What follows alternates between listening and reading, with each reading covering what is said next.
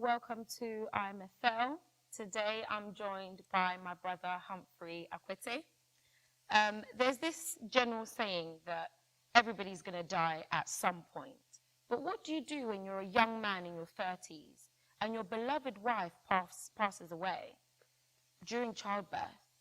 We're joined today by Humphrey, who's going to share this, unusual story about death. Humphrey, welcome to IMFL. Thank you for having me. It's a pleasure to have you here today. Thank you for coming. So we just want to start off by, knowing your story. What happened? How did it all happen? How did it pan out? So it started this way. My wife was pregnant, and we were expecting another child, our second daughter. So, a few days, about 4 days to her due date, we actually went to hospital. She had to go and have the sweep to check how baby was doing and see if the date was due. So we went on the 26th of May. I went with her. I took the day off. I went with her. I wanted to see what was happening. So thankfully, the doctor said everything was fine. So she had dilated 1 centimeter, which was, I think, it's good news. Your mom will know that. Earlier on. Yeah, so everything was fine. We came back home the Monday, we had to go, and then everything was fine, even at a point. It got to a point that baby wasn't coming, so we had to, the doctor said, they had to perform something called ECV.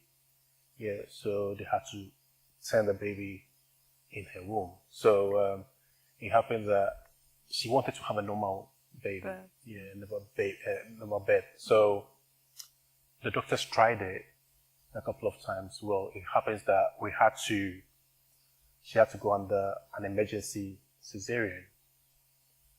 In fact, it was very difficult because we're praying, we're expecting this time that she'll have a normal delivery.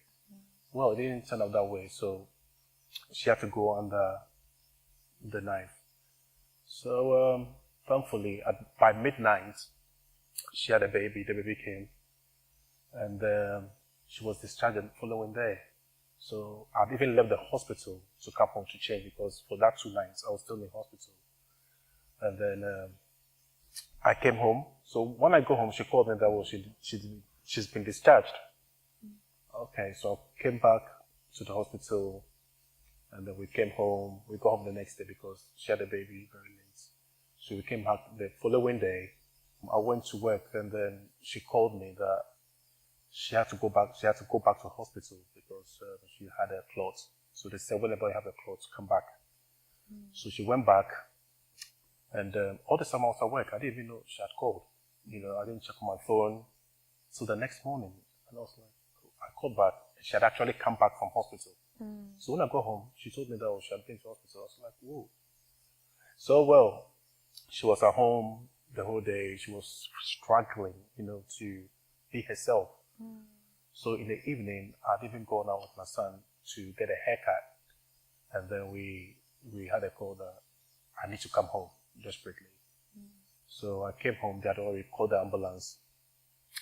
And then I rushed back home. I didn't even get a haircut. So I came back home, and we went into an ambulance. Yeah, she couldn't even walk from our flat into the ambulance, so they had to go on a stretcher. And that was quite difficult because, if you knew my wife, she was a very strong person. Yeah. So for her not to be able to walk was a problem. Yeah, so we go into the ambulance. We got there, and then she was admitted again. So this time we had to leave the baby at home because grandma was helping. So it was just me and her. And then they asked me to come home. The next day we were there. She was in hospital, in short. She was in hospital for 12 more days after delivery. And then on Monday, after the 12th day, that day she left home. She died, unfortunately. Wow. Yeah. So on that morning, they suspected there was some clots, in there, some blood that had, they said there was some blood that had, piled up in a womb, so they had to operate it and take it back. She had a CS, so they had to open that wound again and see whatever was going on in there. Yeah. So that morning, she was prepped. I was there, and then we went into surgery. One of the technicians came around, so we all went, and then they asked me to come out. It was very difficult because for once, I hardly cry. You know, I'm not that type that cries easily. I cried, and I was crying, and I was crying, and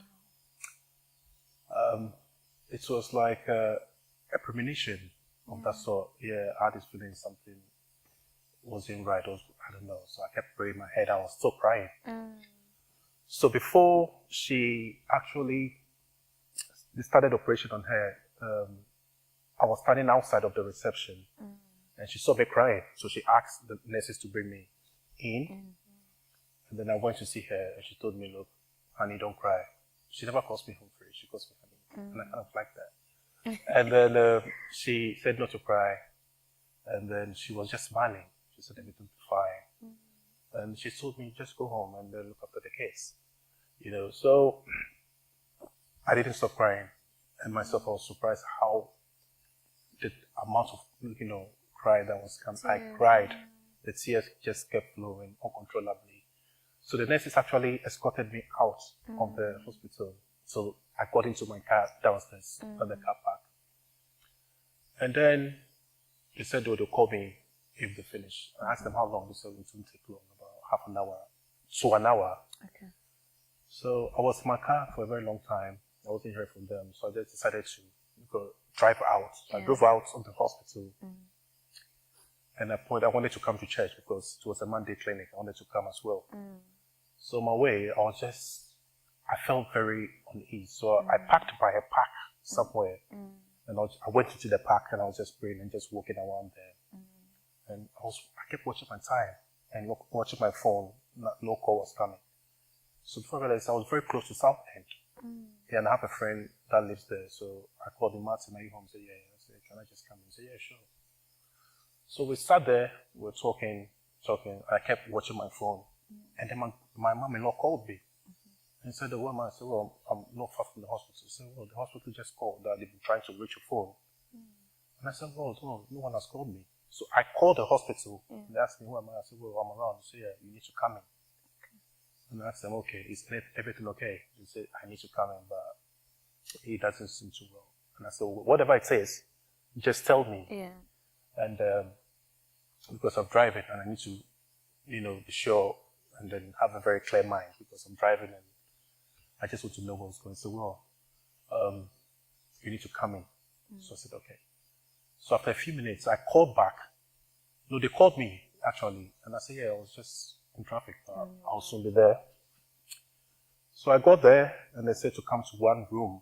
Because I was going to the hospital almost every day, that particular room, I knew it wasn't a ward.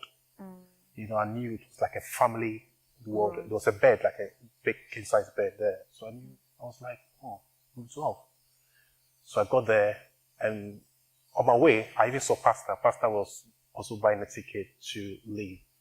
And I just waved at him. I said, Pastor, see you later. Pastor was like wondering what was wrong. So I ran. When I got there, I was panting because it's stairs. I didn't go on the lift. I went on the stairs. So I got there, and I saw about 8 or 10 doctors in that room. So there, I knew something unusual, had happened. So I didn't sit down. They asked me to sit down. I said, no, just tell me what it is. So they managed to convince me to sit.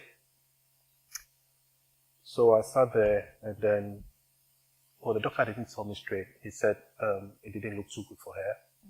And I said, what does it mean it doesn't look too good for her? He said, well, they are trying to resuscitate her. And I said, resuscitate? That sounds very bad. He said, yes, okay, all right, so can I see her at least? They said, no, the state she's in, I can't see her. And I said, what state is she? And I said, is she dead? And they said, no. The doctor said, not yet. And I said, okay, then I want to see her. Whatever state she is in, I still want to see her. For some reason, the doctor didn't allow me. So I sat there and said, okay, you know what? You go in there and check what's happening. And then he will come back and tell me. So there, honestly, I don't even remember what happened, but I remember him coming back to say, unfortunately, my wife had died. And I didn't want to believe it. I thought it was one of those stories and those movies we watch. So I don't remember what happened, but I was just quiet. I remember I was quiet a bit. I was just sitting there. And I was like, oh my God. And then they gave me tissue, I remember, and I was just quiet. I was just crying. And they were trying to console me and all that. So they asked me, who do I want to call? And then I remembered I'd met Pastor outside. Yeah. So I called Pastor. Pastor didn't answer his phone. And then I sent him a text. The pastor, I need to see you in the hospital. And then he called me back because he had missed my call. Yeah. So Pastor called back and I told him, I was crying. He said, Humphrey, is everything okay? I said, no, should he have died? Pastor was like, what? So just like me, he was also shocked. So he came to the hospital in less than 2 minutes. He was there. And then it started from there. Everything else started. So that's what I remember till. And then they said, okay, we asked them, Pastor, can we see the body at least? And it took us an hour. Wow. Yeah, before we were allowed to go and see her. And then Pastor and I went there to see her. It was very late afternoon, so it was quite difficult. Pastor had to hold me. And then